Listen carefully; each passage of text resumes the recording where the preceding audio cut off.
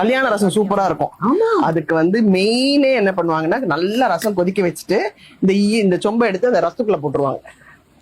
ரசம் எடுத்து இதுக்குள்ள போடுறது கிடையாது, இதை எடுத்து ரசத்துக்குள்ள போட்டுருவாங்க. இப்படி போடுறது வந்து நம்ம வீட்டுல. ஆமா, அது கல்யாணம் அவ்வளவு ரசம் பண்ணணும்ல, அப்ப இதை எடுத்து அதுல போட்டுட்டா எடுத்துருவாங்க. எடுத்து அந்த டேஸ்ட் இருக்கும் பாருங்க, ரசத்தோட டேஸ்ட். ஏன் எனக்கு ரசம் பிடிக்குதுன்னா இதுதான் காரணம்.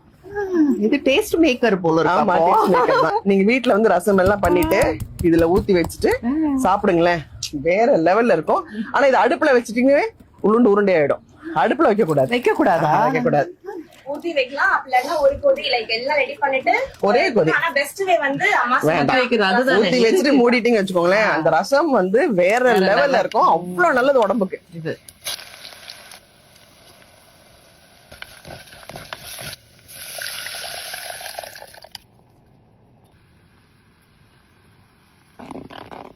Okay got it.